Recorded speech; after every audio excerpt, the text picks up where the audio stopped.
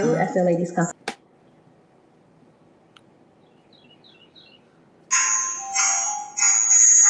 My name is so sad when you waking up to flowers. Bring the sunshine through as the ladies come to you. They have hot topics and interesting guests, making your Monday mornings the very best. It's Monday morning talks, we got the sauce. It's Monday morning talks, we walk the walk. It's Monday morning talks, the sisters are here speaking loud and clear. It's Monday morning talks with So, Michelle Lachey, and Miss J. It's Monday morning talks, y'all. It's Monday Morning Talks, y'all. Good morning, and welcome to Monday Morning Talk. I am your girl, So, and I am here with my lady, Michelle Lachey. And Miss J, she's coming on soon. She's here with us, y'all. She'll be on really soon. So today we're going to go back into a couple more Q&As because we want Miss J to ask her questions. And also we're going to go into a topic of love and marriage in our community, the African American community.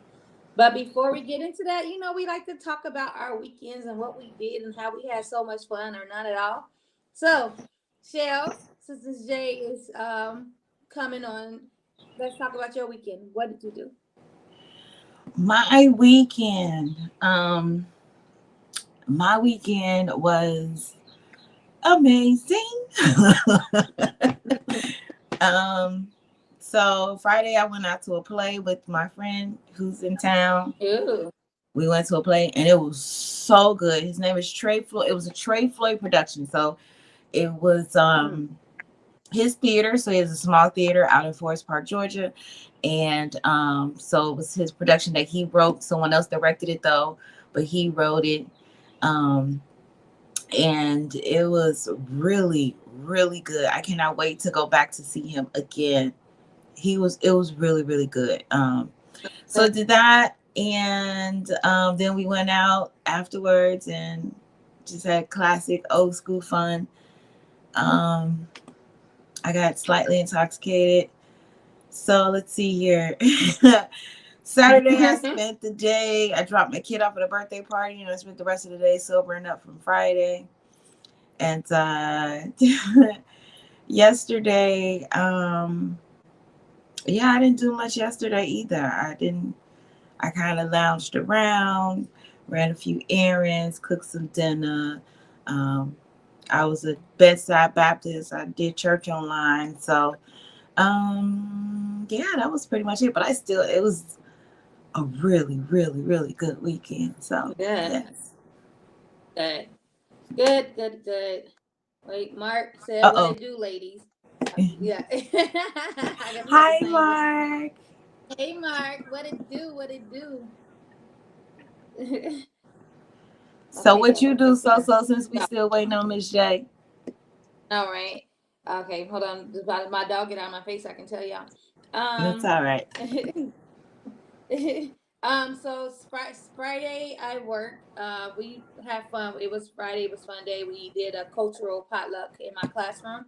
Me and my students, because my students are all African American, Puerto Rican, Mexican, Caucasian. So it's a lot. And I have 25 students. So, or 23 now. I think 2 graduated. Yeah, 2 graduated. So I have 23 students. Hi, Miss J. What y'all won't do is talk about how y'all still waiting on me. Hi, ladies. Yeah, I heard all of that. Okay, I'm here.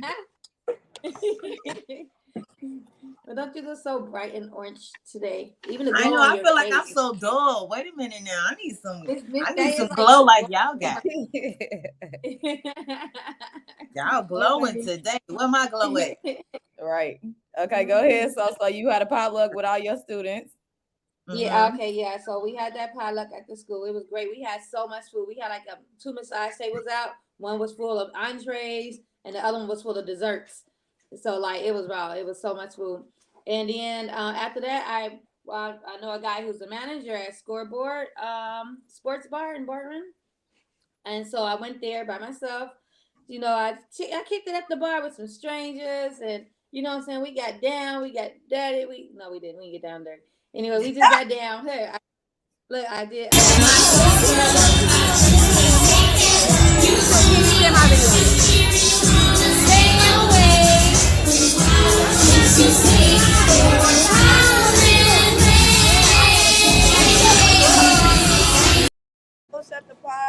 drink for you, Yeah, brother. then Hey.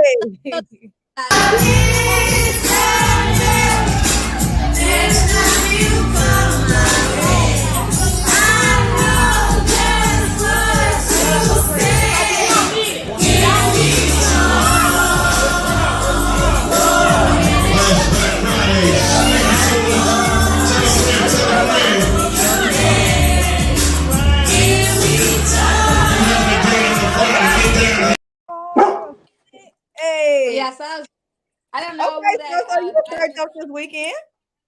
I Okay. wasn't drunk. I didn't have a drink. I just turned like soberly turned because I knew I had to drive home, and Your dog I knew said I had to drive. he wants some TV time. I know it's no one here, so I gotta. He got need some attention. He had like separation anxiety or something. So I didn't even drink because I knew I had to drive like 30 something minutes home, and I didn't want to be irresponsible. But I had such a great time. What? And so it was. I can't stand you. I didn't want to be irresponsible. Oh, friend. It's the responsible one for you.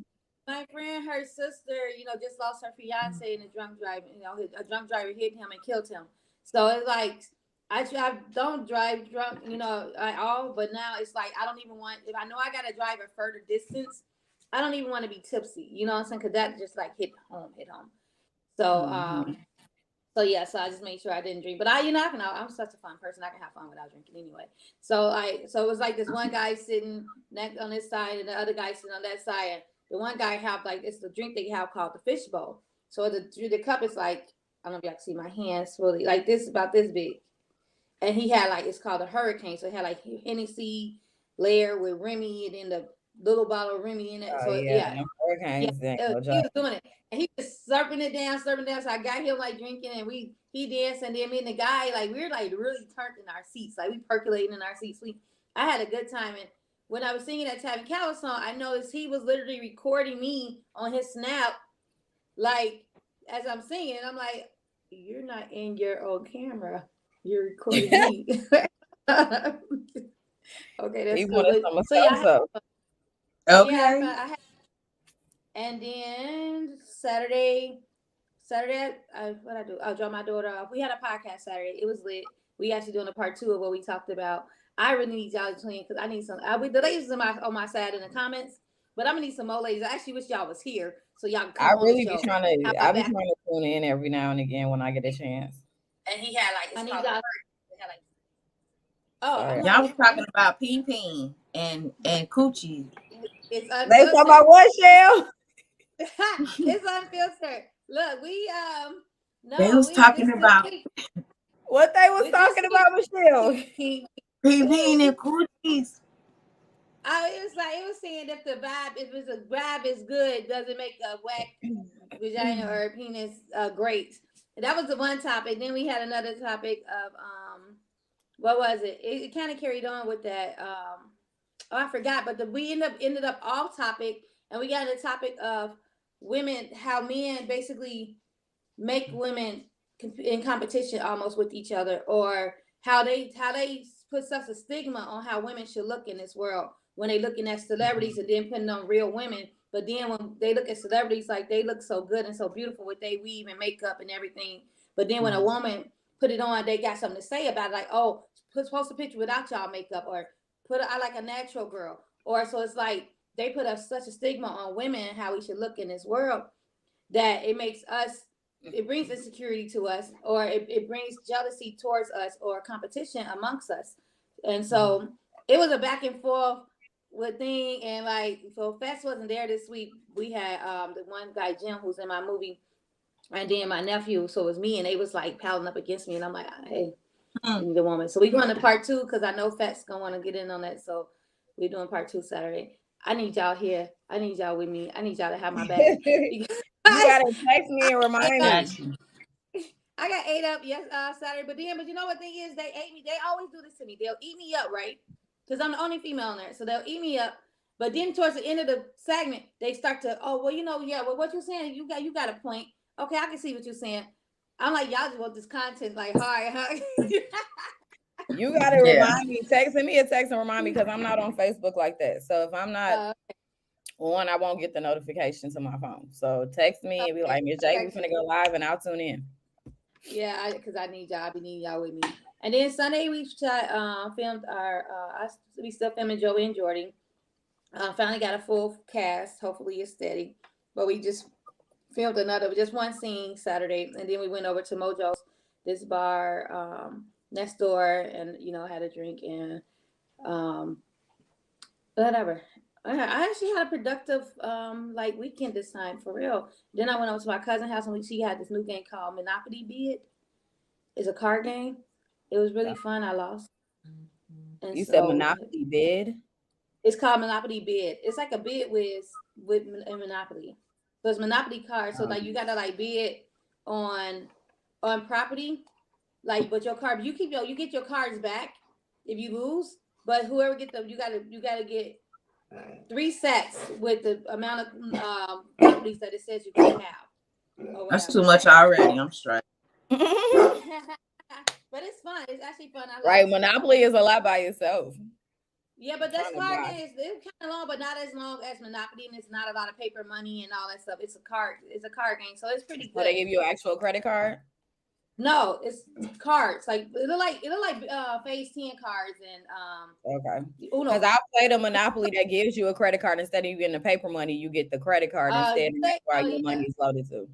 And then the banker has like an ATM or like a little cash register little thing. What do they call it? The pen pads and stuff like that, where you put your actual pen to take the money off the card and stuff. So yeah. Oh wow, no, the money is the card. So you can pull money. The playing card is money. It's the money. Oh, okay. Yeah, it's different. I liked it. I enjoyed it. So that was my weekend. And, I played spades this weekend. It wasn't nothing complicated. Did you win? I didn't play nothing. It wasn't no ATM machines. I did renege because I was drunk, but I would have fired you. You would never be my partner. This is why I don't play with nobody I don't know. Only person I already play spades with is my sisters because we'll never get up off the table. No, let me tell you where I messed up. I'm usually a very good player whether I'm drunk or sober, but this is where I messed up at. And I knew I messed up, but I was hoping nobody was paying attention. But light-skinned, observant, he gonna sit up there and call me your partner? I did. Huh? Was he your partner?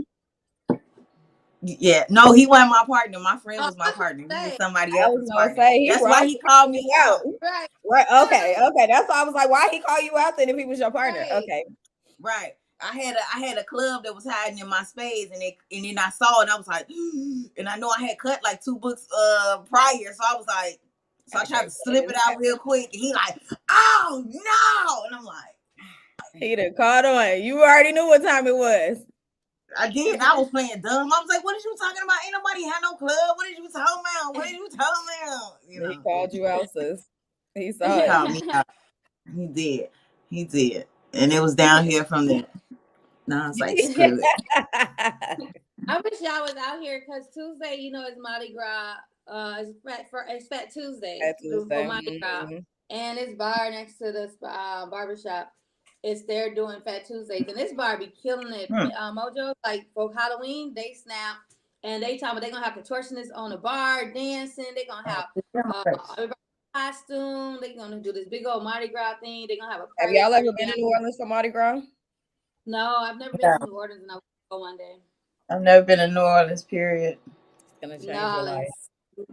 I want to. That's the trip that I want to plan. Is to New Orleans. Yeah, Essence Fest is cool. Essence Fest is like the older, more mature crowd. But Mardi Gras, if you looking to go turn up, you're not getting no sleep during Mardi Gras week, period. When you go to New Orleans, you're on Bourbon Street every single day.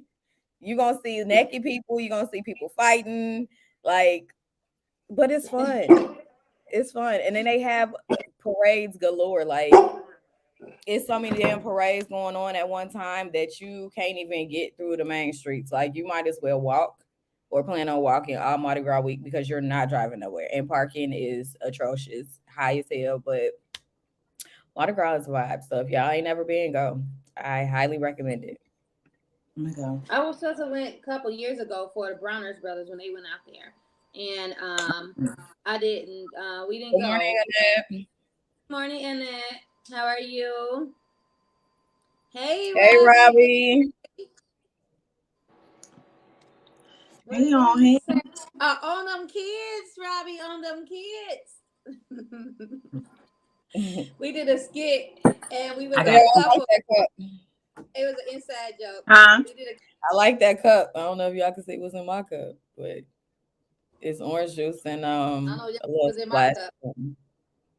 Me too, girl. I got 2 drinks. Hey, It's I coffee had with water, but the water's gone now. a drop. I got a little orange juice with a little splash of But a splash. Brandon, what's that you got on there? That splash. It's the splash. Get off me. Get off me. Oh, my son was supposed to have that type of swag. Jaden too, he be acting too I'm like, bruh, you got a loud mama. Jordan, Okay. what's your weekend? What's your minding my black owned business? That's right. So I was trying to tell people, sons of my job, look, mind a business that pays you. I don't pay you, so don't be mad at me. Stay out of my classroom. And I ain't sleep with you last night, so don't be mad at me. Right. Anywho, what did I do this weekend? Because anybody who's with me wake up happy the next morning, okay? Right out. Exactly. No, I like waking up happy. That part. Chill, I'm not about to play with you. My weekend was very chill. I did absolutely not a thing. I unpacked some more, organized, threw out some more stuff, and slept a lot on Saturday. Yesterday, I got up and did a couple of things, ran a couple of errands, but no, I didn't. That was Saturday. I did. Saturday, I ran some errands, but for the most part, I was in the house chilling out. You was lucky if you got in contact with me because 9 times out of 10, I did not answer my phone for nobody this weekend. And I just needed one of those weekends to recharge, relax, rethink, reorganize, just hit the reset button on life, period. So, yeah, had to reanalyze a couple of things, couple of people, situations in my life. And if I'm talking to you from this day going forward, you made the cut. If not, I wish you best. Yay, I made the cut. We made the cut. So y'all is crazy. So yeah, that's where my life is, and that's what I did this weekend. And I woke up feeling good and refreshed. Hey, have y'all ever taken a shower that just feel like it just washes all your worries away, and by the time you come out, they didn't turn into a whole new person? Yes. That's how I was. So yeah. Fresh, rejuvenated. All of that. All the above. Yes. Like, okay, come through, sis. Who? We thought them said something. They ain't never said nothing, okay? But yeah, that was my weekend. That was it. That was all. Did you go celebrate somebody's birthday this weekend? I did not go celebrate her birthday, but my friend Angel, happy belated birthday, was Saturday. She lives actually in Chicago, so. Okay, so that was just reminiscing. Yeah, just shouting out. She in chapter 28. Don't play. Okay. Y'all baby. Y'all baby. Right. Yeah. Look, I knew Miss J was a baby when what at the concert, anything before 1995, Miss J was like, I don't know this. Let me sit back. Know my business.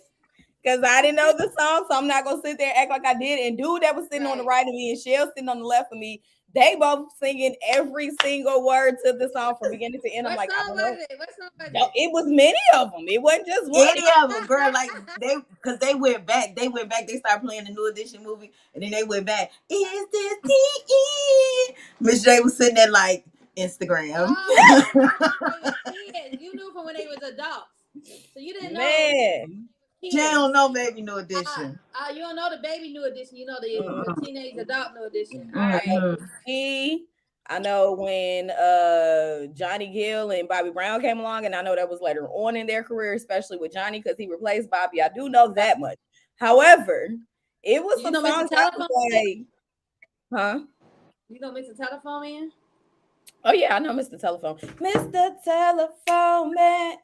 There's something wrong with my line. When I dial my baby's number, I get a click every time. Hey, see, I know that one.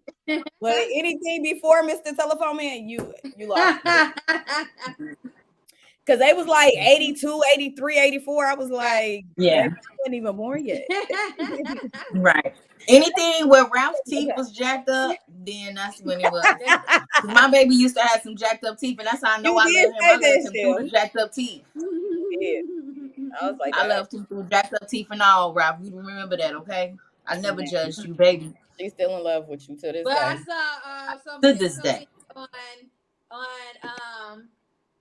some things on what's my jig on Facebook. Jeez, Facebook. They were showing Bobby like he was tired.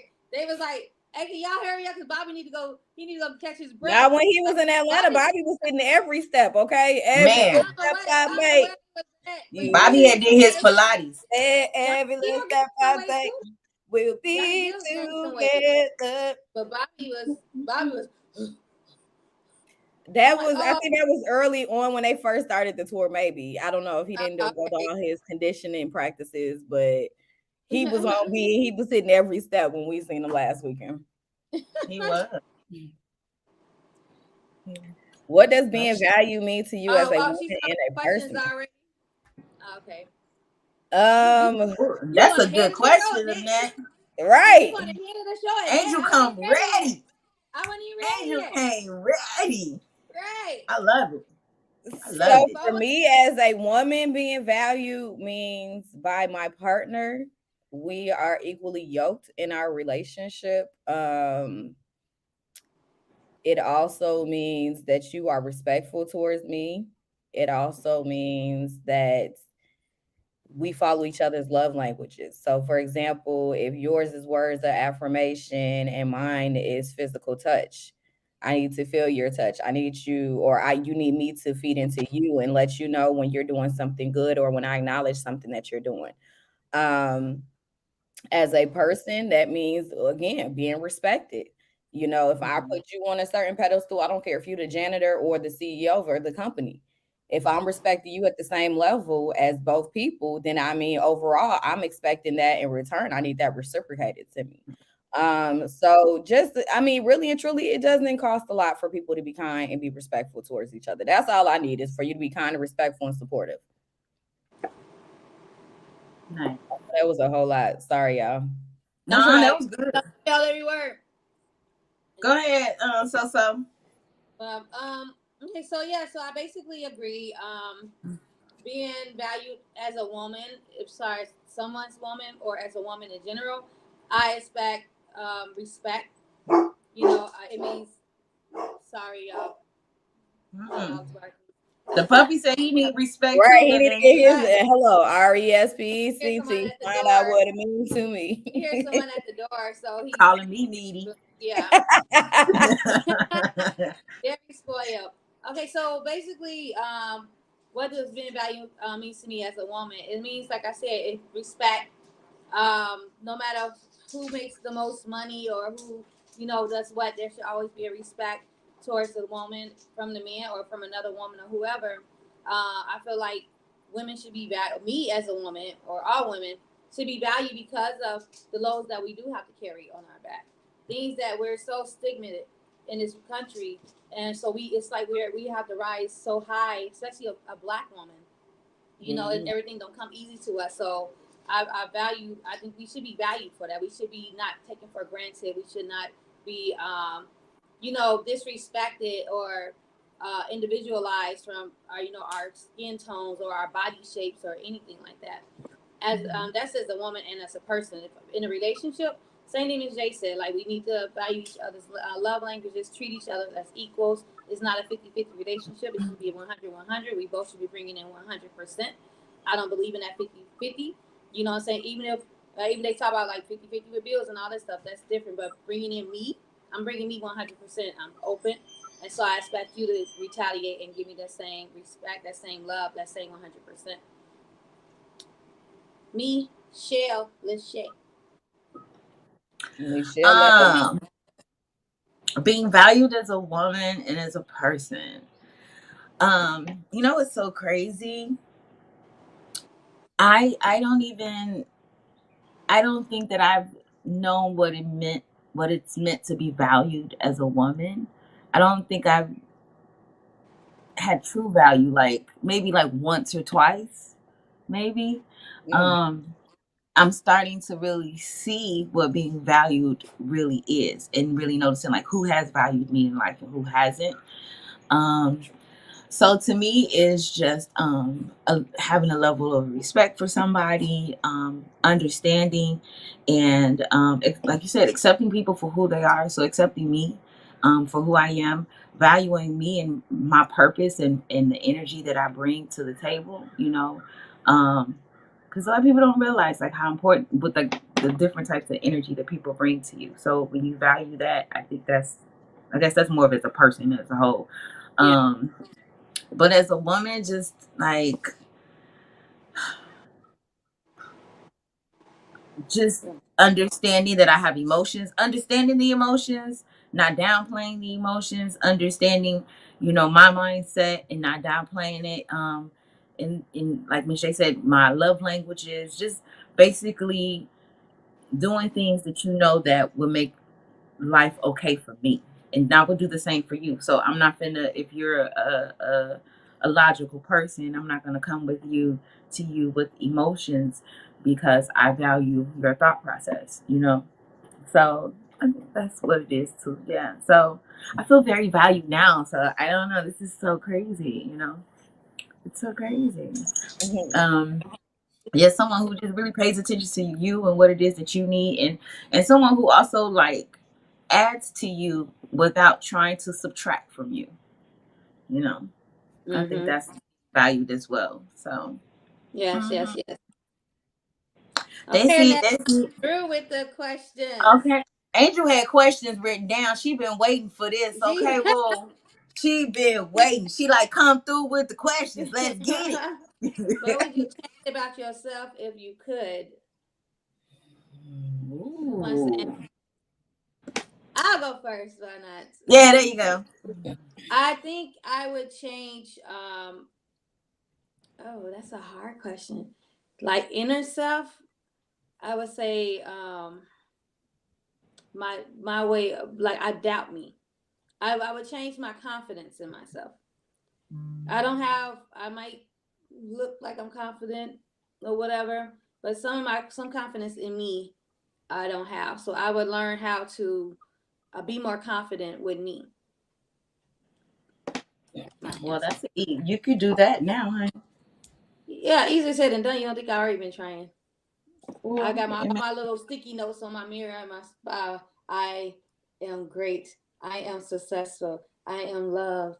I am admired. I am There by. you go with some daily affirmations. I yes.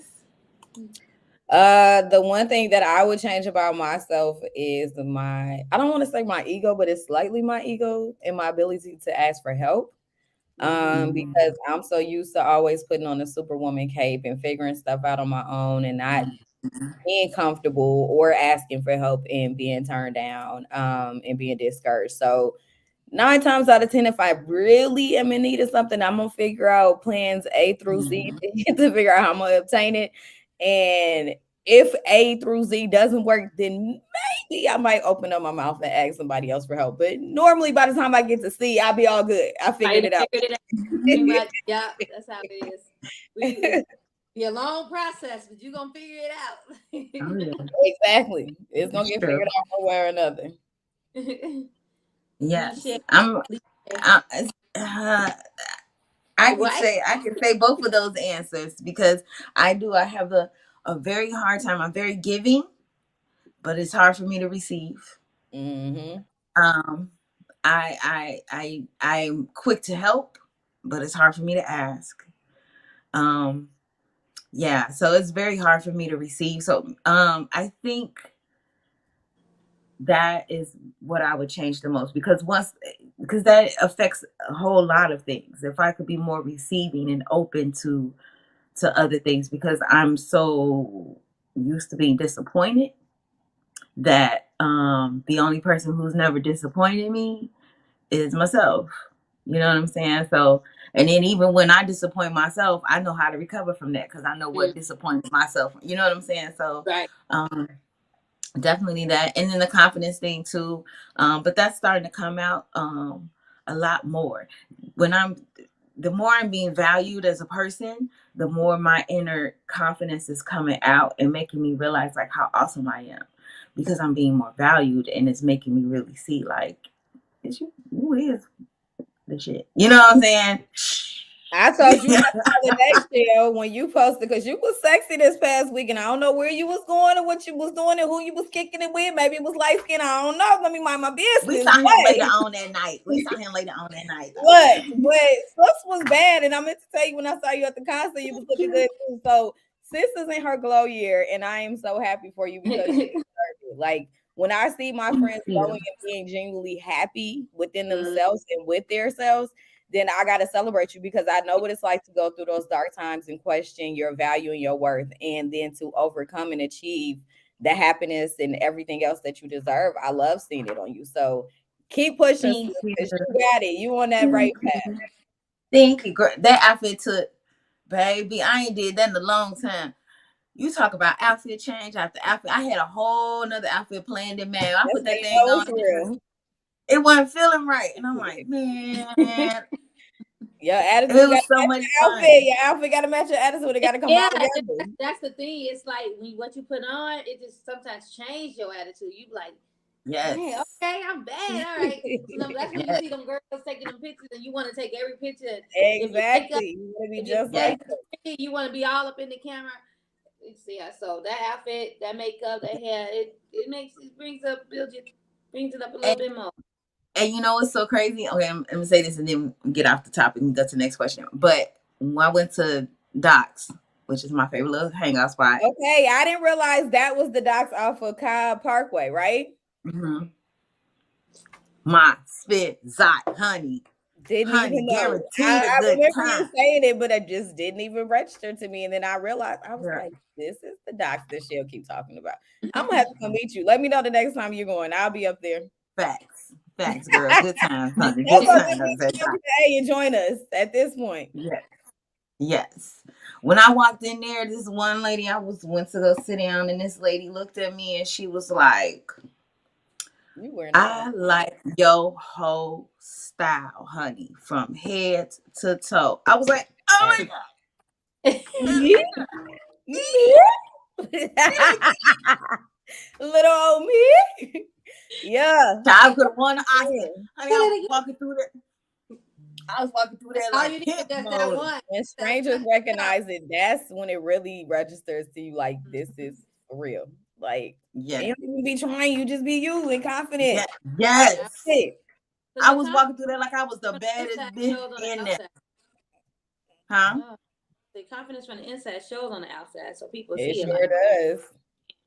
You get that natural flow about you, so people can say it in a positive. Oh, she's okay, or people like, oh, she's stuck up, or she thinks she all that. You know what I'm saying? Just because you just built the confidence in yourself and you finally confident in yourself now, you know what I'm saying? People, oh, she thinks she all that, or she stuck up, or she bougie. Yeah, whatever. You was the snits. And they got some good questions down here. It was. Annette over here throwing 101 questions, girl. She was ready. The bomb though. They some good questions. She ready today. Why is it sometimes hard to forgive others? Woo! Why is it? I hate it sometimes too because I forgive so quickly. Like I can be mad at you, and 10 minutes later I'm ready to make up.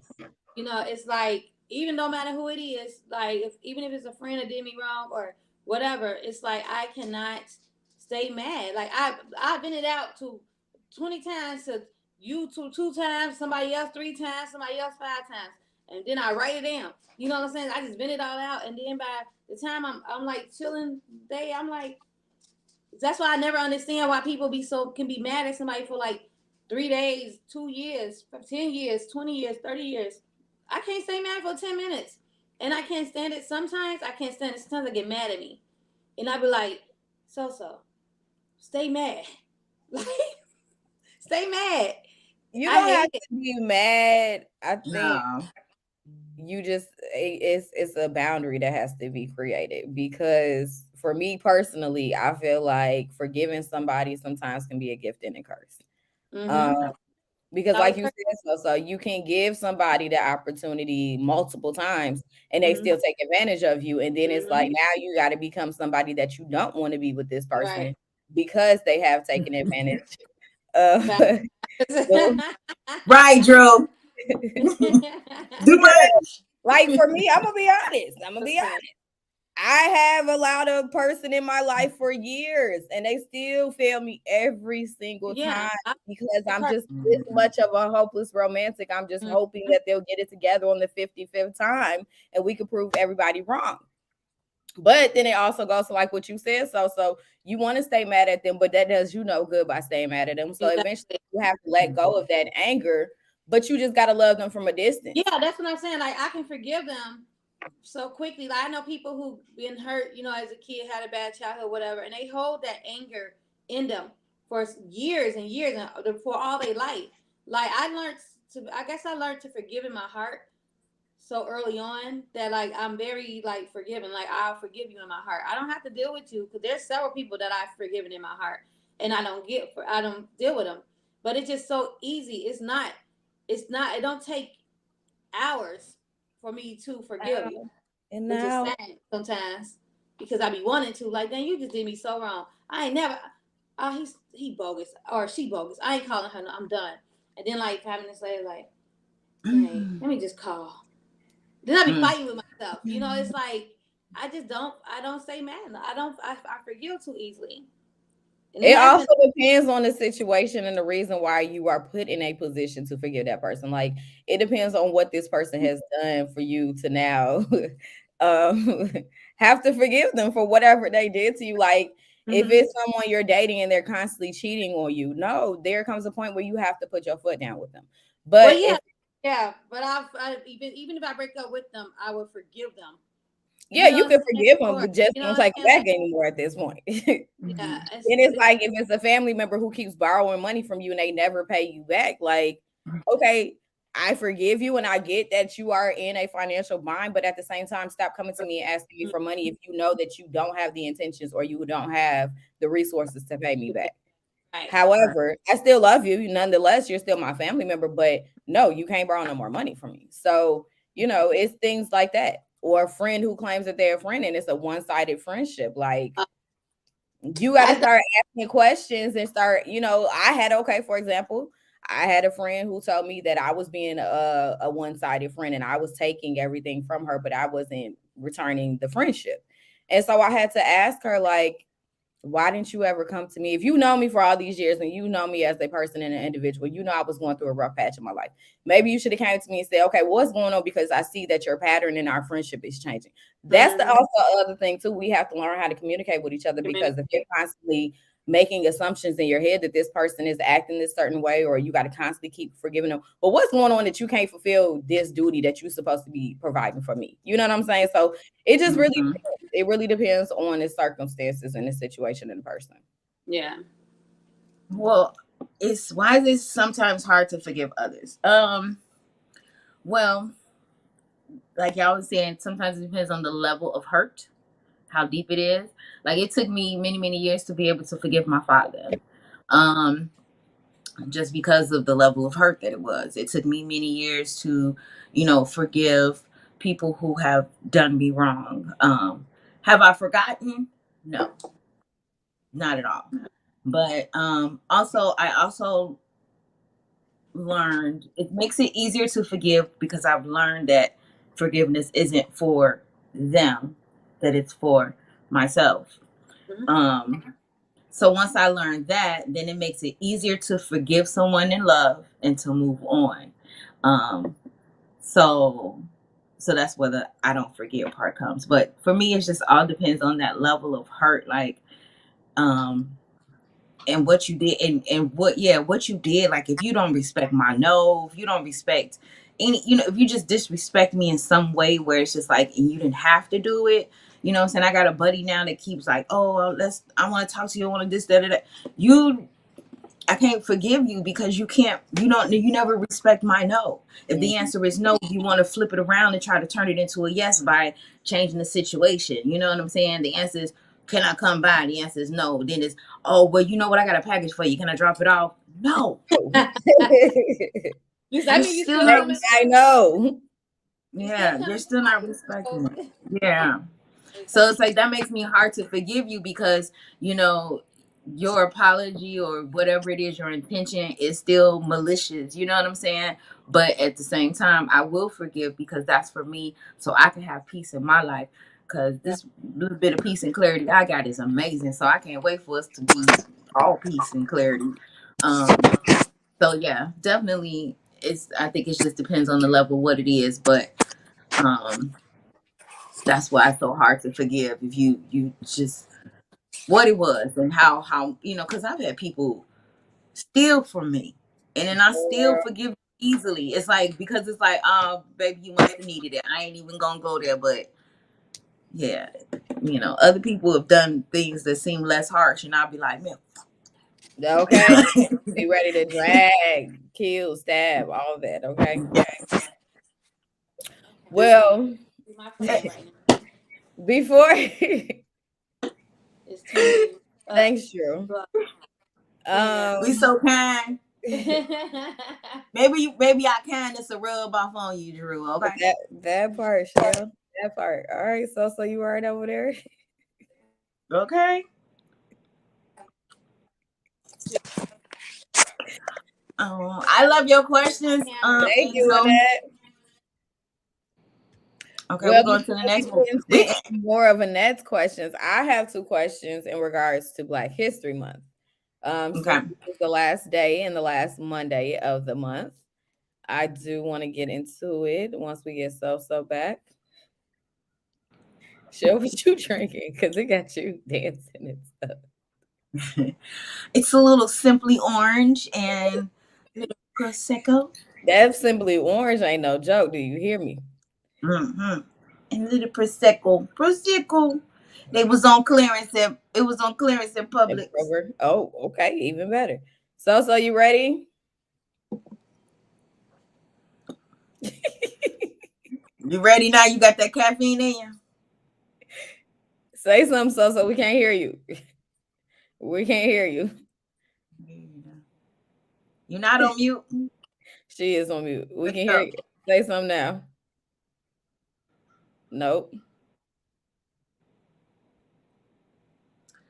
All that espresso knocked out her audio. Her audio. Yeah, that's what it is. No. We can't hear you. We can't hear you. She loves this. We can't hear what you're saying, sis. So you want us to what you call it? So just keep going. Okay, Miss Shay, what's your question? I'll start answering it until So one of my first questions is, have you ever visited any historical Black history landmarks? I have. I'm trying to think. Or museums. It doesn't even have to be historical landmarks. Museums, anything. Museums. Yeah, I've done museums. My family on my father's side, a lot of them are from Arkansas, and it's so weird. Like, this is the closest I've ever come to anything like super historical. But like, my cousin has this huge home on like this land. It looks like a plantation and everything. It's so nice. In Arkansas? Mm-hmm. It was really, really nice. They got money, girl. They doctors. All of them is doctors. I'm like, y'all got money. They got money. Girl, they got money. Money. Okay. They got money on top of money. For real money. Why we all broke in Illinois? They in Arkansas making money. They living their best life. Why you think I came to Georgia? Now everybody else that came to Georgia, and I done missed out on my beat here. I think I'm gonna have to go somewhere else to get some money or some land. Yeah. I need. That's what I thought about too. I need to go somewhere where it ain't gentrified and built up yet to be able to come up. That's where we need to go to like Memphis or Nashville. Okay, we'll talk about this off here, so don't nobody Yes. have an idea. But Right. yeah, Okay. we missed out on our beat right. Yes, but I haven't visited yet. Besides just like a museum or something. You know, I've been here 7 years. I've never did the Martin Luther King home or nothing like that. Yeah, I haven't. You know, It's free, Shell. Okay, I think I'm on. Right. Y'all hear me? There you go. We can Yes. hear you now. So. I don't know what's going on. My microphone. Okay. So I'll make a point to go because I wanted to take my son to the Trap Museum. So if you take him to the Martin, you can do the Martin Luther King first, and then go to the Trap Museum in the afternoon. And Martin Luther King, I don't know if they're still doing the guided tours through the house. Hey, so set up your laptop and set your phone up on the laptop because you keep falling. My laptop is somewhere far.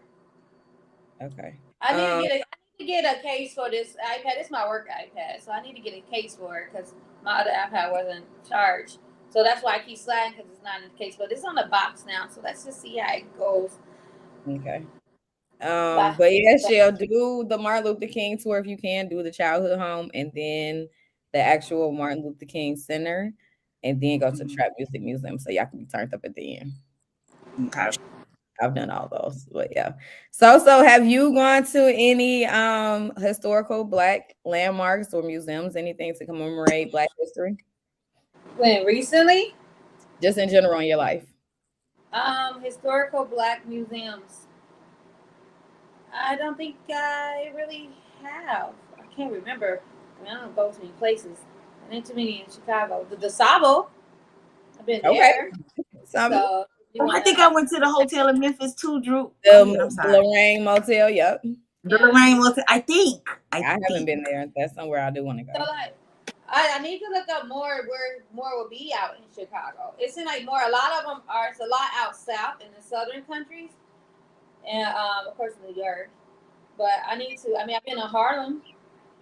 Well, you got. DuSable was about the only thing really in Chicago that really focuses on African American history. Yeah. Oh.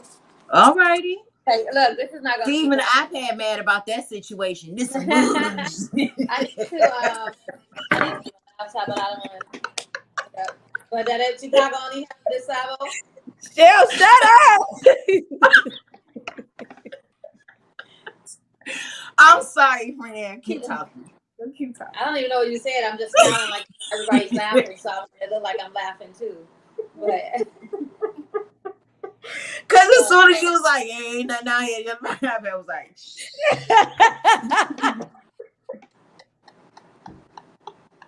I don't like Michelle.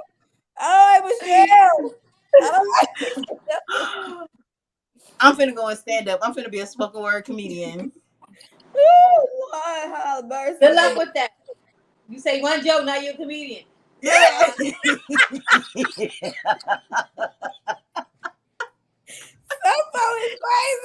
crazy. My laptop laughed at that too, huh? Here, I'm gonna sit it up here. Because I don't like when you talk about me. I'm gonna go get my laptop so that he said, I said, oh hell no. God, I don't like that. Oh my god. Oh my gosh. First of all, Drew, look at this. No, not the Lorraine. Just the most healthy. Boy, shut up. It was definitely.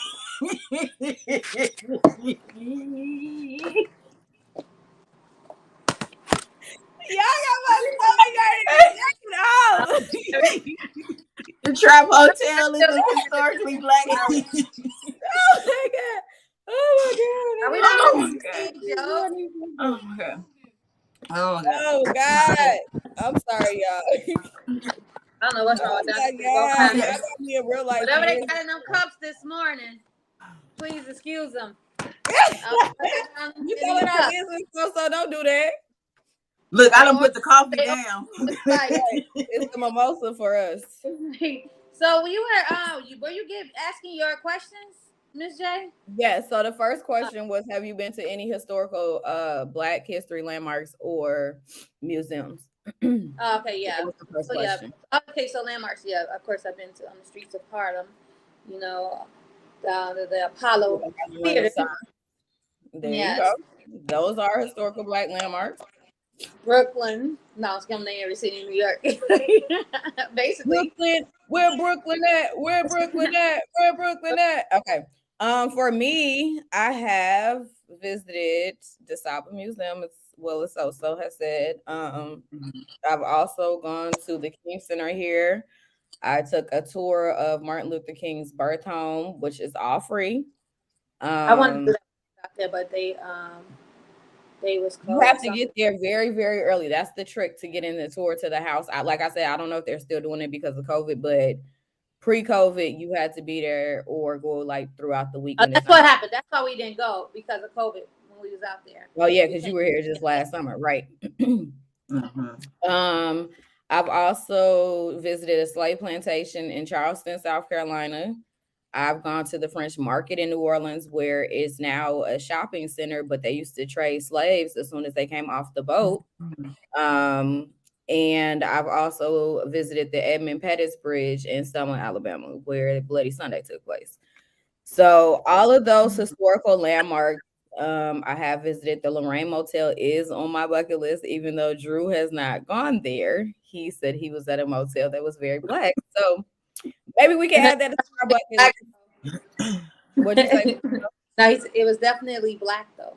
Yeah, Yeah. so I definitely want to go there, but the National Center for Civil and Human Rights, which is right here in Atlanta, is right across from the aquarium. It is very nice. It was actually designed by a Black woman. Her name is Nicole. I can't think of her last name off the top of my head right now, but I used to work at the Center for Civil and Human Rights. And what I will say, once again, I don't know, pre-COVID, it was very emotional the way they designed it.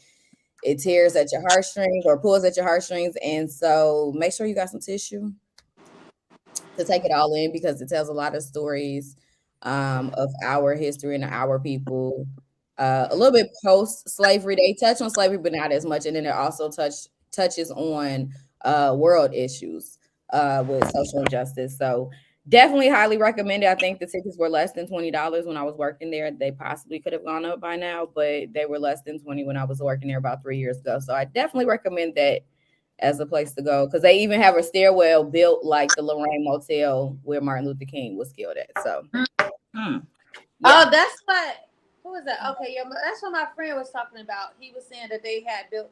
He was just out there and they had a They built the Lorraine Motel, the motel that he was murdered, where he was murdered. That they redid the whole thing or whatever. And I was like, he was like, it was pretty cool. You know, I thought it was dope. I said, I don't know how I feel about them glamorizing where he was murdered. I don't know. I don't think it's glamorizing. Maybe they might have to do some renovations to it because if you think about it, that was how long It's ago? kind of Oh, sad too, like a sad thing that happened, like to rebuild that moment when he was I mean, for murdered. them, like probably structural reasons. That's what I'm saying. They probably had to change some things around. Um, so another question that I have, do you think Black people were better off in their own schools segregated from white people, or do you support integration within schools? Ooh. You going first, me or Chef? Either I'll one. go first because I ain't been Go first. first yet. Okay, go Do first, I Chef. support integration or segregation? That is so, it's such a, I do like integration. I do feel like that, people are people, that we should be around each other, that in order for us to understand each other, that we need to be around each other. I do honestly believe that. I love an integrated neighborhood, where it's not all Black, it's not all white, it's not all Hispanic. I love a neighborhood where everybody is just different. But at the same time, when I look back on history, when we were at our greatest and when we were at our strongest was when we were forced to build together. Mm-hmm. And that's what separation did. It forced us to build together, to work together, to unify, because we wouldn't have anything if we didn't do it together. And then folks didn't like that. You know what I'm saying? And they destroyed that as much as they could. But um so that's the hard part. Like, I wish we could have integrated systems with a segregated mindset almost, in a sense, like that unity, that support of each other in our team, like you go to Chinatown, you know what I'm saying, and see how they still work as a community and they still keep their culture alive. You go to, Little India and they got their whole culture and their diversity. And then you have that, the little African towns and whatnot, and built within. Like if we could have that where you're still identifying with your culture and segregated like in that way, but as far as like the world and what we do and that be integrated, I think that would be ideal. How that could happen, I don't know. But I think that would be nice because I would, like I look at my son, like he has no sense of, cultural like love because you know what I'm saying? Like I don't know, because we're not around people ain't unified. Black folks don't be Wakanda forever like we should, But that's my answer.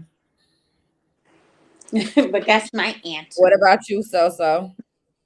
Okay, yeah, I'm kind of on it with what Shell said. I believe that I love integration. I love, saying the fact that people can learn about other people, different cultures and things like that. I wouldn't mind integrating in the school system if they brought more of our culture and it was taught by our people. Like I said, when I was in high school, African American history was taught by a white man. I never took the class because how could you teach me when you need to, so you need to learn it, so because you read a book and might have studied a couple books don't mean that you can teach me something about my culture. So I feel like if they brought more of our culture into the integrated schools and taught by our people, then yeah, like Michelle said, my daughters when in school, when they went to the segregated school or opposed to first, and like I think Mimi was in second grade, first grade, Cece was in kindergarten. They went to a school out in Harvey. It was a black school, all black. Black History Month was mesmerized. They had plays, they did books, they wrote, they did, learned about different, all kinds of different people. Going to a school where it's, integrated or majority Caucasian or whatever, Black History Month, it got to where it was just this Martin Luther King, Rosa Parks, Harriet Tubman, the main three that they like to teach about, nothing more. And if that, and then when it comes to the high school with Black History Month, it's unless you're in a club, it's really not, no celebration of it. All right. So if we had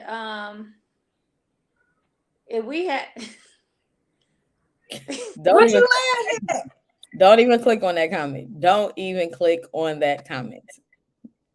I'm trying to stay serious here. Neither one of y'all click on that comment. I'm trying to stay serious here. All right. Interrupting my whole mode right now. You took me out of my whole in a whole mood. A whole mood. Okay. Okay. So anyway, like I was saying, Drew, you're gonna be banned from the comments. Like I was saying, so stupid. What was I saying? Okay, the school system. Stop, Drew. So yeah, so we can have that in our school systems. Then yeah, keep the integration. That people learn about different cultures. Because I know I met some Caucasian people who said they've never seen a black person until they became an adult. Like the neighborhoods they grew up in, out here, like in the west suburbs or whatever, it was no black people in those neighborhoods. It was no black people in the schools. And this is like 90s and, what I'm saying, early 2000s in these areas, these suburbs, where there's no black people in the school, no black people in the neighborhood. So these little kids have never seen a black person until they became adults and went on and worked in the working world. Yeah. And it's crazy to me. I'm like, what? How? Like, that's crazy. So if I want integration, I like integrated neighborhoods. I love living when I was in Oakland and my neighbors was Indian, black, white, blah, blah, blah, blah, blah. It was all cultures. And even in Romeoville, I had Mexican, white, what I'm saying, Indian, all cultures in Romeoville. I love those neighborhoods. But school, integrate if they can bring in more of our culture and we can celebrate Black History Month or Black History periods. Make that a big thing, more than St. Patrick's Day and Valentine's Day. And You know, Columbus Day. Columbus Day. Thank you. And even President's Day. Okay. Make it big, make it bigger. And then we can, if not, then no. Give us different schools, but we can still meet each other in the world. But if you can't bring in Black culture in the school, let it be school for Blacks, Indians, whites, whatever. That's my answer. I agree with you, so and Michelle Lachey. So for me personally, I don't know if you guys saw the video, but there was a video floating around at the beginning of Black History Month, and it was a Black boy in a school with a Black teacher, with a classroom full of Black kids, and you could tell it was probably from the 70s. And he was reciting a statement, I guess, that his teacher had taught him, and it was like about him being Black and being strong and believing in himself. So me personally, seeing images and videos like that, yes, I wish in a way they would have kept us separated and never integrated our schools, because I feel like once they integrated our cultures together, ours got washed away and we got whitewashed. We can sit here and we can learn about Columbus. We can sit here and learn about all these different presidents and what they did for America in this country. We can learn about slavery. We can learn about Martin Luther King and Rosa Parks and Harriet Tubman and Malcolm X every single year. But there's so much more to our culture and our history that we are not taught inside of our schools. Me personally, we really didn't. I went to Martin Luther King Jr. experimental laboratory school or something like that. I can't remember the exact name of it. But to have the name Martin Luther King Jr. within the name of the school, I expected so much more from my school. Like, yes, we always had a Martin Luther King celebration. Yes, we had an end of the month celebration for Black History Month. But throughout the year, we didn't really acknowledge it. We acknowledged Jewish holidays like Hanukkah. We acknowledged Christmas. We touched on Kwanzaa. We acknowledge the Chinese New Year. We acknowledge all these other races and their celebrations and, you know, their events and holidays. But when it came to Blacks, it was like we were skipped over. In high school, my senior year was the first class or first opportunity that I had to take an African American studies class. And luckily it was taught by a Black woman. However, it was only for like a quarter. So that's only, or I'll say a semester. I'll take that back. So if it's only taught for a semester, that means I'm only getting what, 16 weeks out of it? That's not enough time for me to learn about my culture and history. And so that is part of the reason why I have taken the initiative to expose Jaden to our history and teach it to him, because really and truly it's not up to the schools. It's not up to the teachers to teach our children our history. It is our responsibility. But I also feel that it shouldn't have to be an elective that we have to take in order to learn about our history. Exactly. Just integrated into the history books with all these other white heroes. Right. We need to celebrate our Black heroes and sheroes. And it shouldn't take for a month to roll around for us to learn about it. Why is it not automatically incorporated into our curriculum? And the fact that a lot of these states are trying to pass laws where they're banning our history from being taught to different children and our children in the school is also a concern for me. So all in all, I kind of wish we would have stayed into or separated. And like you said, Sophie and Michelle, have that diverse community where we live around other people, but we're still learning about our own people at the same time on a daily basis. So I personally would love to stay in the separated schools because I even look at growing up in Evanston versus my sister raising my niece in the South suburbs. She has so many performances and different events that go on that acknowledge Black history. She gets the Black history assignments and reports that she has to do. You know, Jaden has probably really never, and he's in high school now. He's never really had the opportunity unless I went to the teacher and said, why doesn't he have a Black history report? Why doesn't he have a Black history project? Why are we not acknowledging Black people? Like when I was a teacher, I taught my kids for the whole month of February, and I even found some way to incorporate Black history throughout the year into our curriculum. So it's definitely important for us to keep pushing the envelope and really making it known within these school systems. We need to learn and we need to teach our kids about our history, and Black teachers are important in representation from them. So yeah, that's true.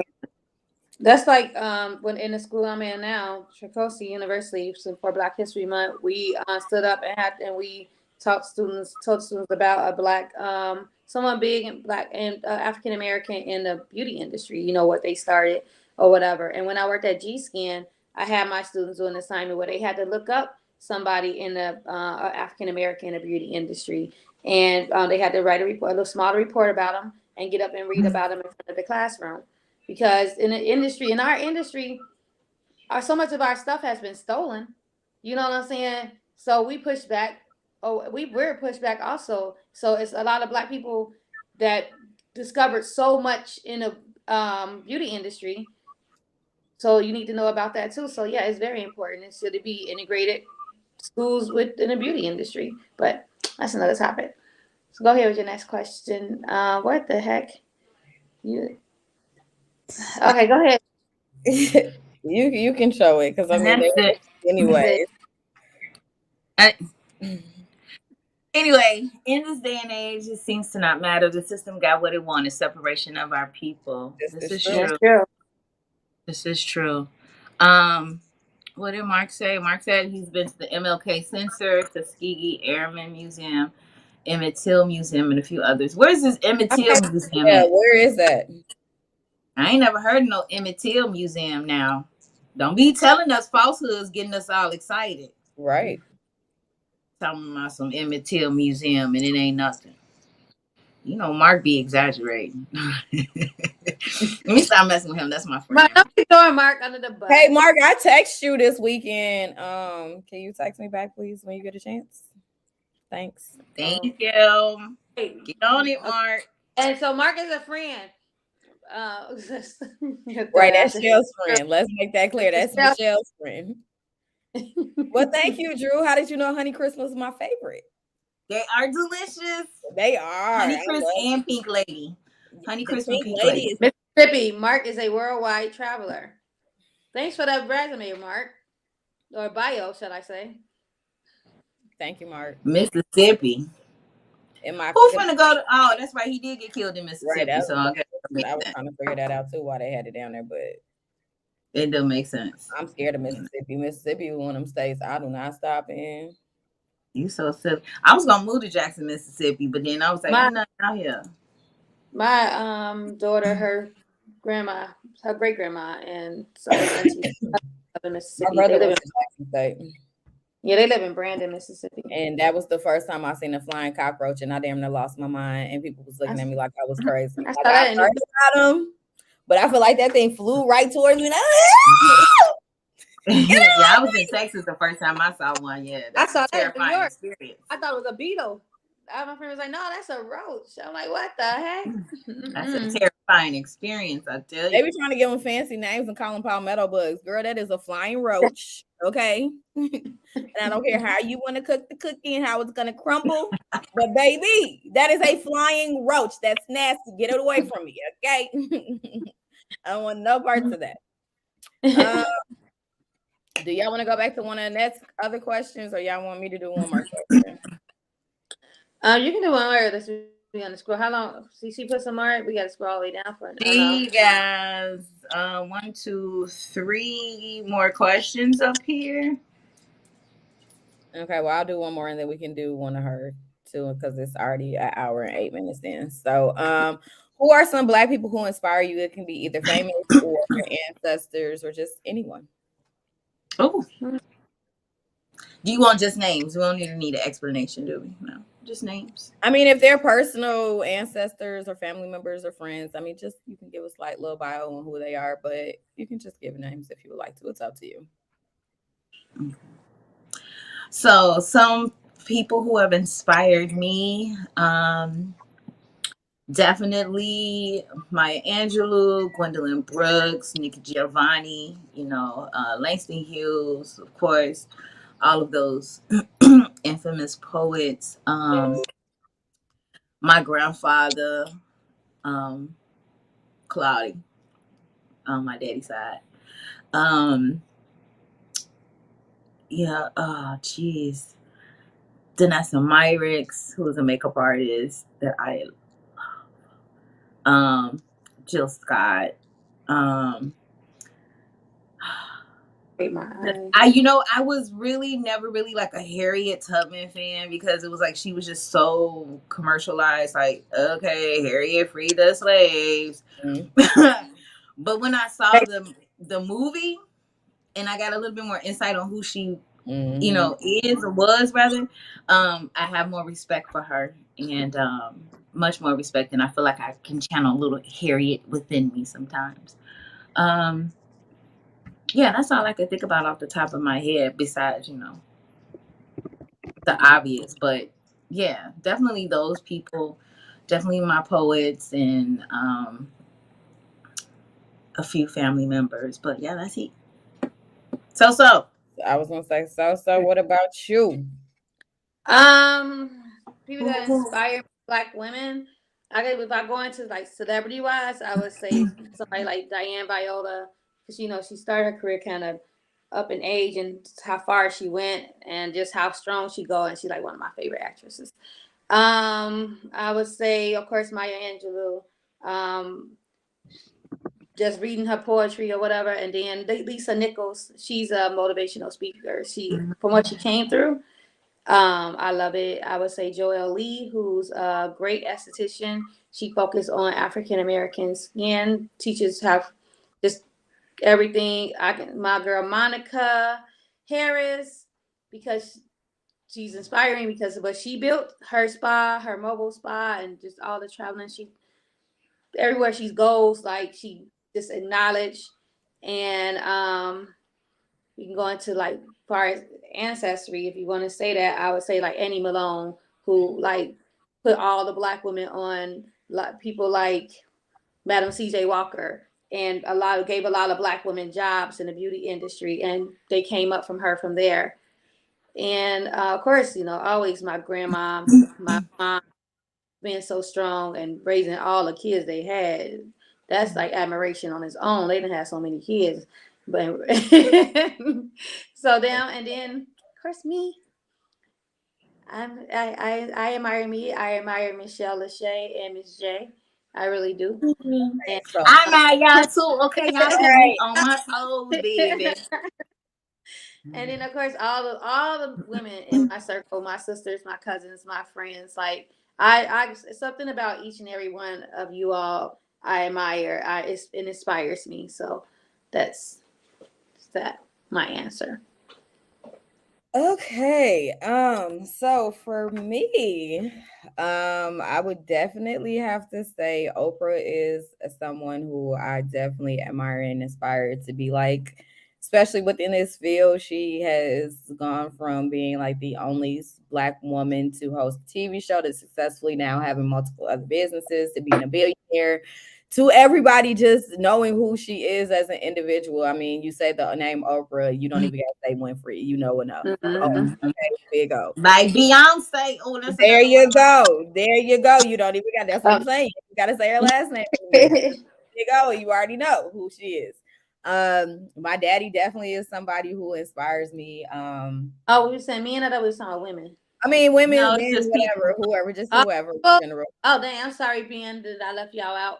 I thought I heard women that inspires. It's okay. Okay. My dad, he was an entrepreneur, and it really lit the flame inside of me to become an entrepreneur and pursue that life goal of mine. And then he was just also very resilient and strong. He went through a lot of hardship in life, but no matter what he went through, he dusted himself off. He got back up. He tried again until he figured it out and got it right. Tamron Hall, I remember watching her when she was on Fox News in Chicago, and then she like disappeared, and then she was on Good Morning America, and now she has her own talk show. So definitely someone that I look up to. My mom, like you, so my mom raised 3 kids by herself. She worked multiple jobs to make sure that we had not only a good but a great life, and whatever we wanted or our hearts desired in life, she made sure she provided it for us. And even stuff we didn't even know we wanted or needed in life, she made sure that we never went without. Angela Davis, I mean, enough said about her with her name herself. My mom calls me her militant child, and she tells me all the time when I wash my hair and pick my afro out, I remind her of Angela Davis. So, sometimes Us sisters got to speak up and use our voices and be on the forefront to make sure it's right and ain't nothing going wrong. Okay. Yes. Michelle Obama, first black Yes, first ma'am. lady, okay, with so much poise and class. I mean, she, even while being the first lady, she was still being herself and being able to take care of herself and fulfill her goals and dreams. Shirley Chisholm, Oh yeah. she is definitely somebody that I admire and look up to. And there was actually a quote that I actually heard earlier from her. It says, if they don't give you a seat at the table, bring in a folding chair. And Oh yeah, I called it that. I put that on Instagram. yes. And so just hearing that quote alone just is so empowering and inspiring to Black women, because we face so many adversities on a daily basis, especially when we're working in men-driven careers.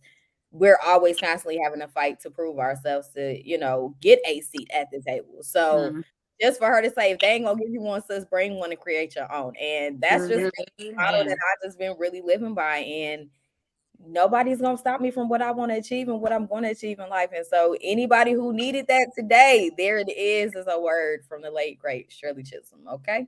And that's all I got. Can I do more? Sure.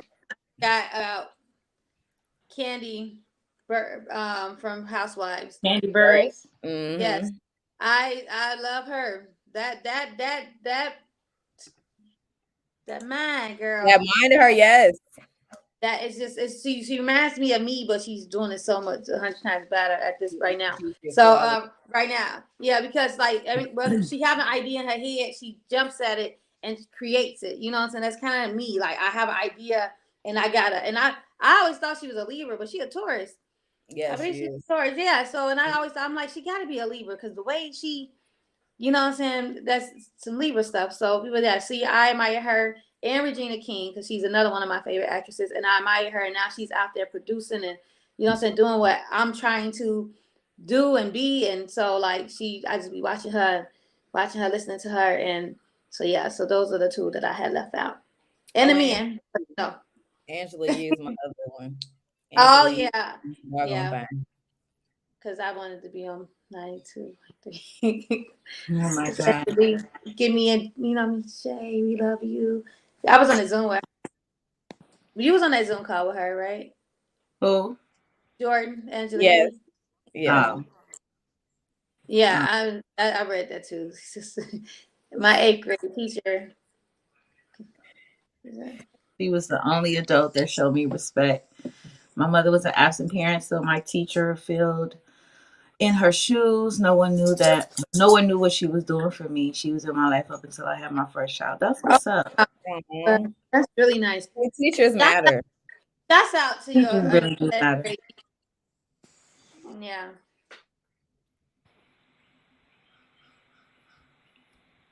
All right, Drew.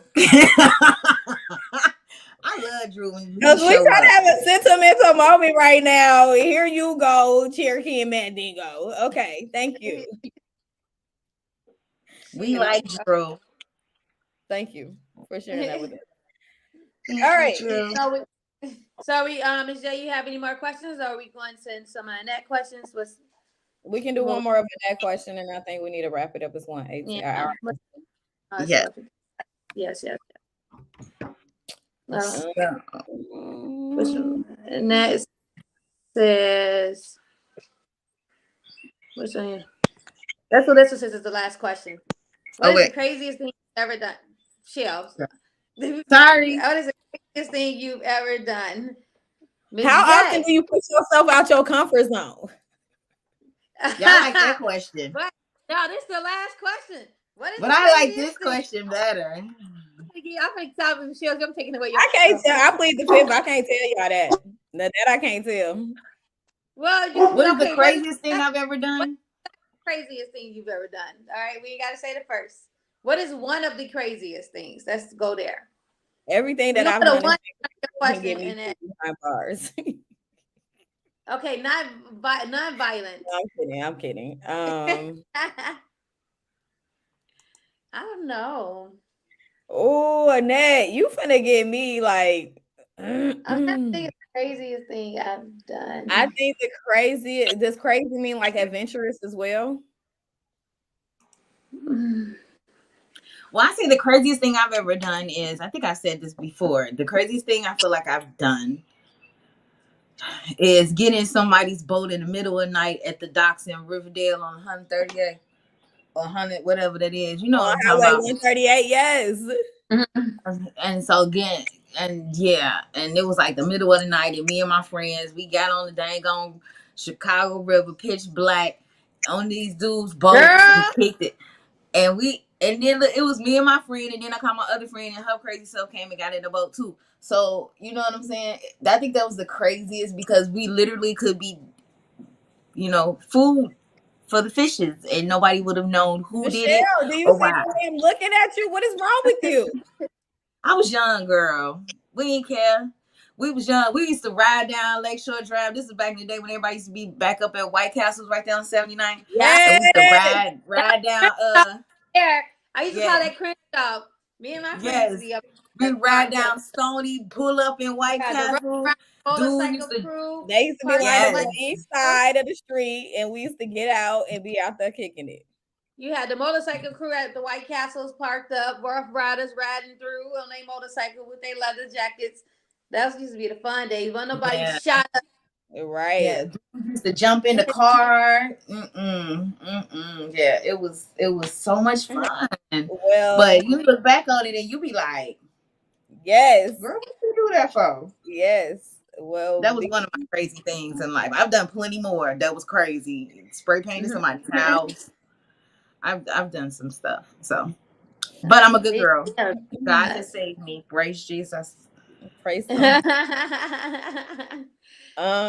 Me and a couple of my friends used to lie and tell our parents we was at each other's houses, and we would be out south kicking it with our little boyfriends, or in Indiana with some dudes we done met from the club and had no business being out there on 72nd and Rose or 71st and Rose.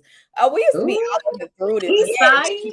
And we didn't realize how deep in the trenches we was in until now. And I just thank God for giving us grace and mercy to get back in home safely, because we was out here in the rough areas on the south side and had no clue where we was. Another crazy thing that I did, I was running a business out of my mama's house. I don't know if y'all probably too old to know what Nitro is. They're the nightclub. Oh yeah, I know Nitro. Okay. So 18. Get in. okay. First of all, is that a little shot, Miss J? It wasn't at all. I was just Oh, because you said tried to too for me old. just I saying wasn't even the old age enough. gap. I wasn't even old enough to get in when Nitro's open. Okay, okay. When they so first open. Let's get that right. so me and my friends, by the time we made it to high school, you could start going. It was a little teeny bopper club. You can get in at Y'all. 16. Well, all my friends happen to be older than me. So back in the day, birth certificates used to be handwritten.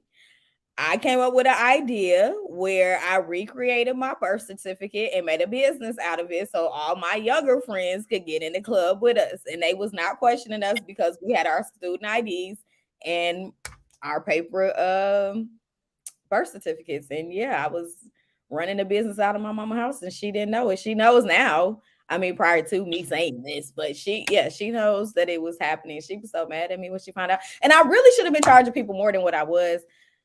But that's okay. So yeah, that's one of the craziest things I've done in life. That's the second craziest you just mentioned, not just one. Yeah, well, I was just piggybacking off. Yeah, you just named. I was just piggybacking off of what she was saying. That's no, I'm saying. Yeah.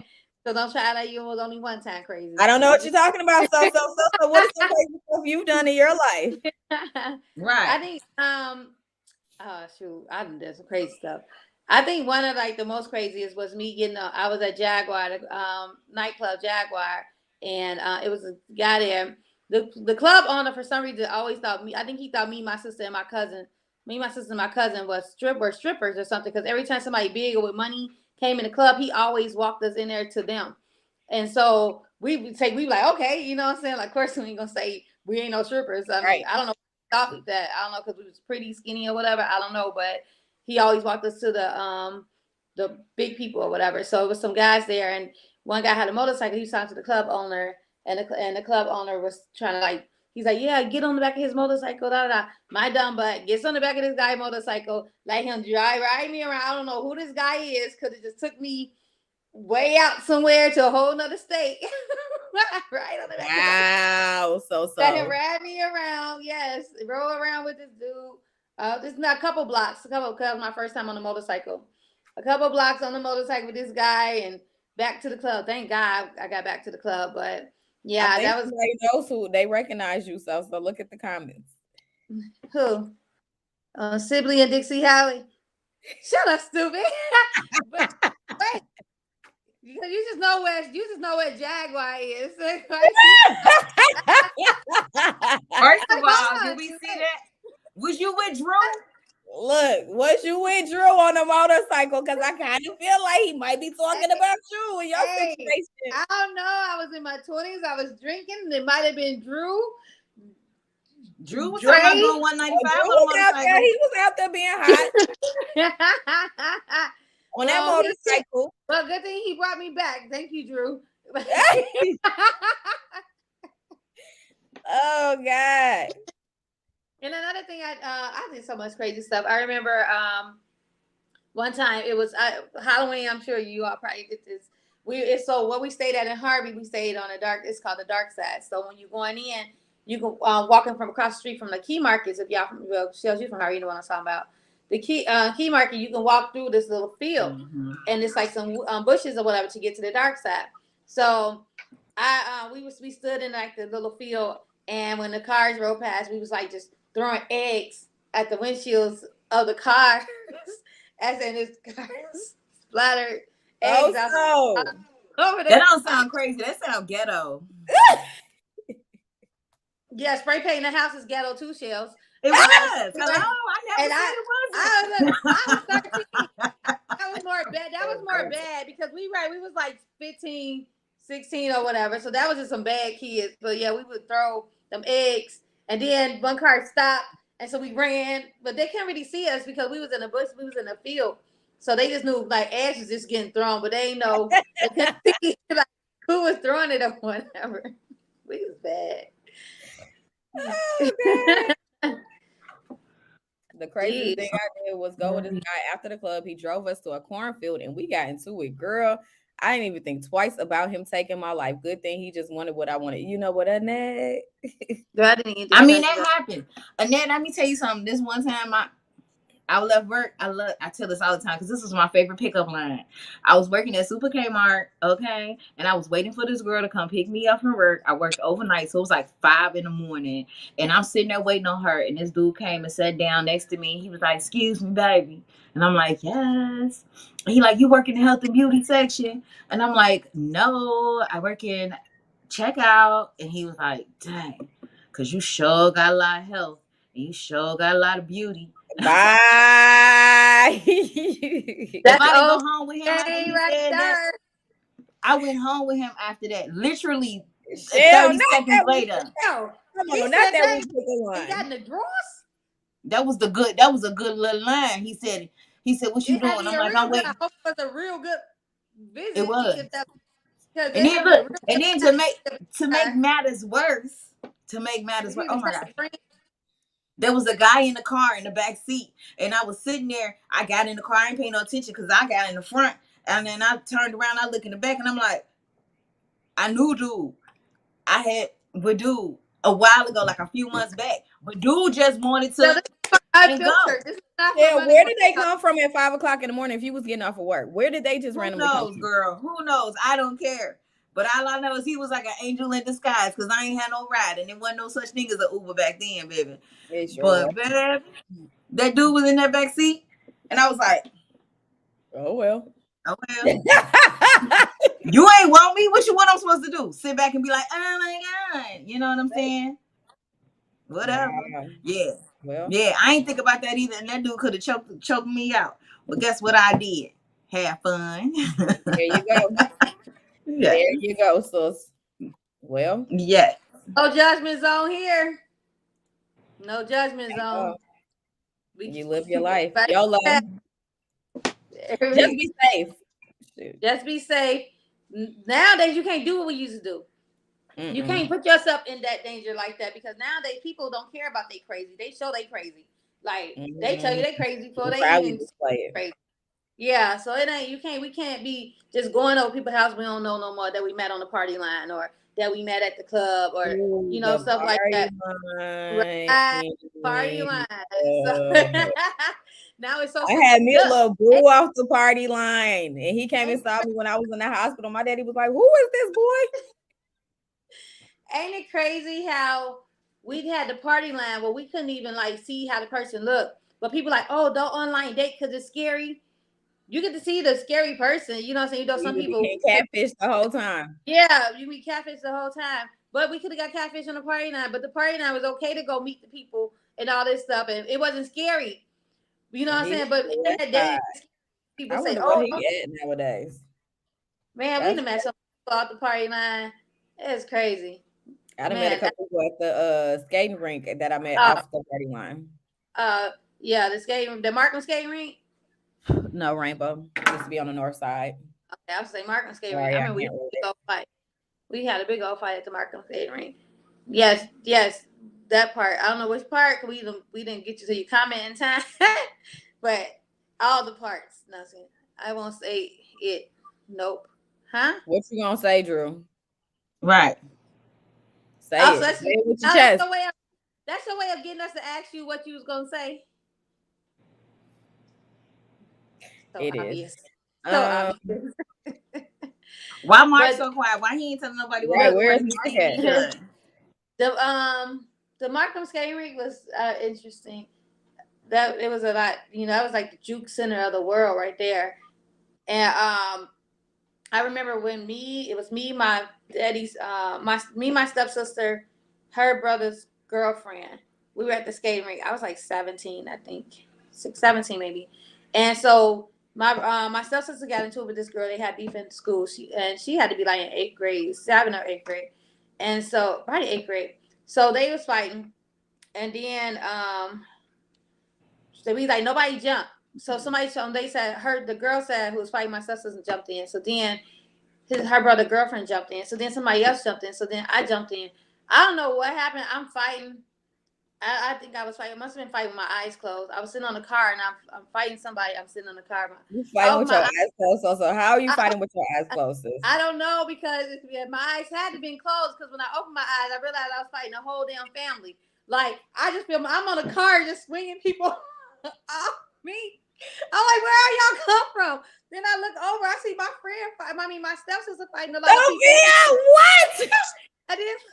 Her brother girlfriend fighting a lot of people. I think when people live in the projects, like in Robin's projects, the whole family live in all the projects. So it's like I think the whole family had came to the skating rink, and we fight like the whole family. I don't know. I just know I was swinging. I lost my coat. I don't know how my coat came off.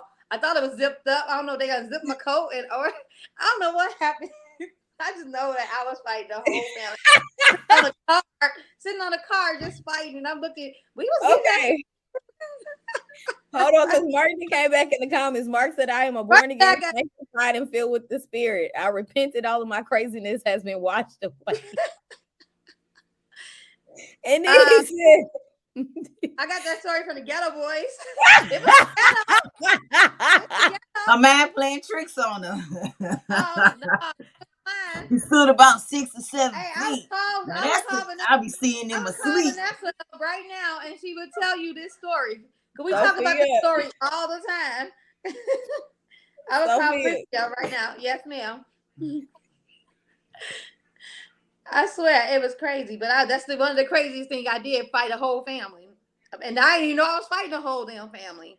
Freaking project. Sis, next time fight with your eyes open so you know what's going on, okay? I thought my eyes was a girl. I swear I must have blinked or something. I know I was fighting one person. And then I looked up, it's a whole family. It's a whole damn family on me, on my stepsister, and her brother's girlfriend. We all fight in different sections, fighting at the Markham. And then then the police pulled up and we all ran. And then I realized when I got to the house, I'm like, what happened to my coat? Just like a fiend. It wasn't even close to Halloween. Oh, Mark, don't get it twisted now. I ain't no punk. You know what I'm saying? I ain't no punk. So I ain't fuck no midgets. They were my staff. Don't get it twisted. I am from those streets. I'm from the streets. Don't might not present it, but don't with me. Okay. So but anyway, before we go get ahead. off, I don't know if y'all saw that video that I sent to y'all last night on Instagram, but this past week there was a girl from Atlanta that came out with a song. You not from Atlanta. It's not Atlanta. Whatever. Okay, cool. So there's a girl from Chicago who's a rapper now who said that Harvey is not Atlanta. I mean, not Chicago. And so I thought about it when we had our conversation with Mark the other day and Drew about being from the suburbs and repping a major city. Can you or can you not rep the major city even though you from like the metro area? Yes, because we're in the Chicagoland area. We are Chicago suburbs. Now, people in like Washington, Illinois, or Carbondale, Illinois, and things like that, they can't say they from Chicago. They can't say they from Chicago. I only say I'm from Chicago when I'm out of state, because people out of state for some reason don't know what Illinois is. You know, you say I'm from Illinois, huh? You say I'm from Chicago. Chicago. Oh, so you gotta say you're from Chicago because they don't know what Illinois is. They think Chicago is the state. But here I'm from Harvey. Yeah, that's crazy. If you grown and you still think Chicago is the state, that's the problem. Yeah. Let me tell y'all something. The way these folks act like the city of Chicago and the city of Atlanta is all that in a bag of chips, like they're okay, like they created and made everything. Oh, exactly. Like you so much better because you was born in a county hospital. Let me tell you something, okay? Hood is hood, ignorant is ignorant, black is black. It don't matter where you was born, you are who you are. Okay? If I say I'm from Harvey, it don't matter if I'm from Harvey or if I'm from Chicago. 60426 or 60616. It don't matter. Guess what? We all the same type of Negroes. We all like the same type of things. We all like to do the same type of stuff. People be making me so mad. You ain't from Atlanta. That ain't Chicago. Well, guess what, nigga? I bet you I still know more about your city. I bet you I still know more about the culture of this land than you are, because you ain't been nowhere but 63rd and Wabash your whole life. Did you ever 63rd? Okay. And that's the thing. Like, people from Chicago feel like it's something wrong with you if you don't know your way around Chicago. Like, my students, when I was working at Deli, they're like, Miss Sophia, how you don't know nothing about the city? Because I don't have family in the city and I didn't grow up in the city. Oh, we gotta take you on a trip. But then when I say, oh, such and such is in Midlothian, where's that? I never heard of that. So it's okay for people from the city to not know the suburbs, but people from the suburbs, it's something wrong with them if they don't know the city. I'm like, get it right. Yes, yo. You know what I mean? Because I've had to prove myself to people that's from Chicago. They be like, oh, you from Harvey? Especially, don't let me go to the projects or something. And then they be sitting there, oh, you from the suburbs? You from Harvey? Then you want to jump in my face, and then when I jump in your face and show you I'm just as rude and ignorant as you, then they be like, oh, you cool, right? I'm cool now. Don't it shouldn't take for me to have to be that person with you in order for you to accept me. I ain't like people from the city growing up because they always came out to the suburbs like they was hard. They always thought they was hard. And I'm like, I don't care, you from the city, like, you know what Harvey is? Do you know? I mean, my brother used to punch me until I can take it. Nobody's scared of you people from the city. Say it with your chest. That's right. And yeah, you did rock that word. I mean, I'm from Evanston, and my cousins from the city all the time used to tease me like, you can't claim Chicago, you're not from Chicago. Okay, but just because my family had money to move me out of the city and live in the suburbs, you got an issue with it.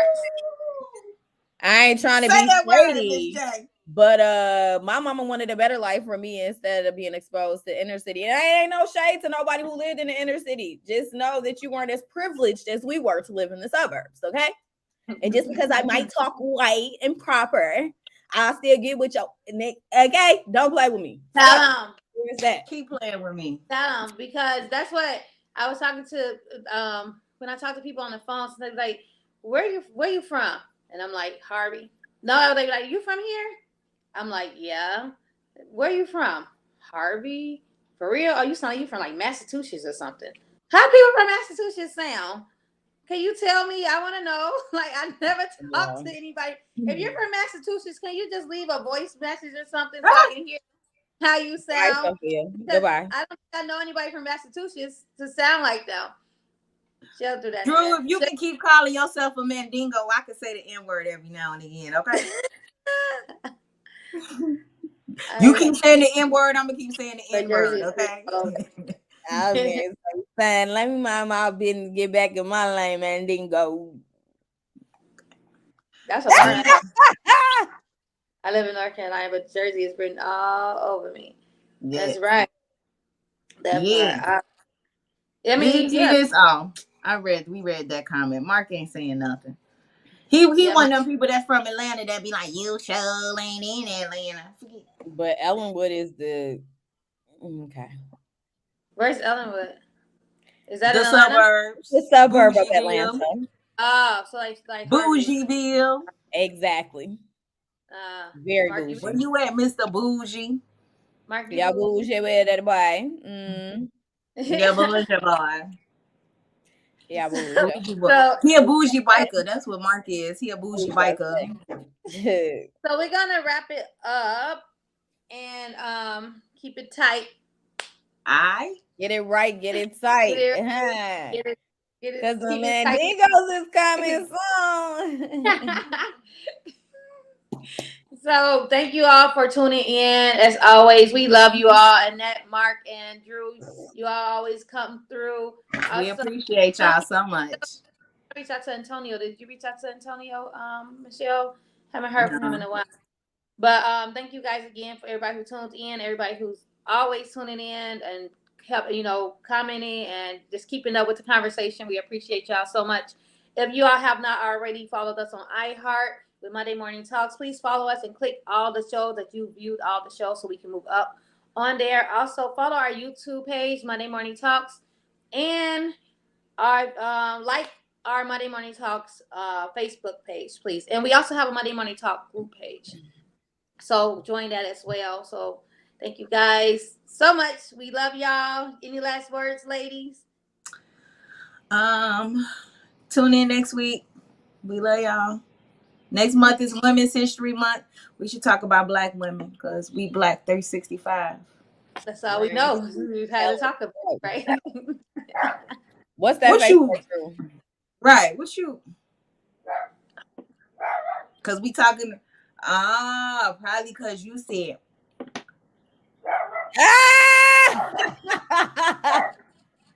Okay, we're gonna wrap it up. Literally, Drew. And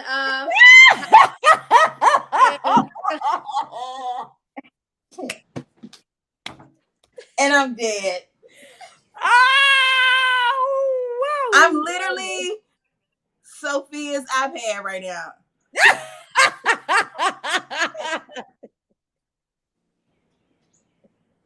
don't like it, Shell. So mute her camera. I'm gonna drink to that. She's done. Yeah, I like this lip gloss. I don't even do lip gloss, but I like this lip gloss. Got my lip gloss. My lip gloss is popping. My lip gloss is good. Oh, and today is the day where we don't have to wear masks. There's no mask mandate, and the vaccine mandate is lifted in the state of Illinois because they want them votes, baby. It's for election. They want them votes and them dollars. That's what they want. It's election day. Yeah, they ain't trying to hear that. Nobody listening to that vaccine mandate anyway, but downtown Chicago. You went anywhere else in Chicago, you go, right? Because I went downtown while I was home to a place with one of my friends who might be watching, and they didn't even ask for our vaccination card. So right. So it's like everybody went on internet unless they just want to make sure they didn't get no ticket. But yeah, so I can wear my red lip. So I'm happy about that. Praise God. I live in Georgia. Georgia ain't really had no mandate since the COVID started, okay? Right. So yeah. Everybody like, no mask. I'm like, what's a mask? That's what my mom kept asking me when she came. She was like, y'all not wearing y'all mask? Mom, they don't even know what a mask is down here, if you want me to be honest with you. Mm-hmm. They look at you like you crazy when you wear a mask. Everybody's running around this bad boy having unprotected sex at this point. Right. In Georgia. Raw dog in air all day. All day long. That's why everybody got COVID at the same damn time right around Christmas. All right, y'all, we getting up out of here. We sorry, we just ran at this point. We love y'all. We appreciate y'all. Thanks y'all for tuning in. Bye-bye. You know, you gotta wait until we end.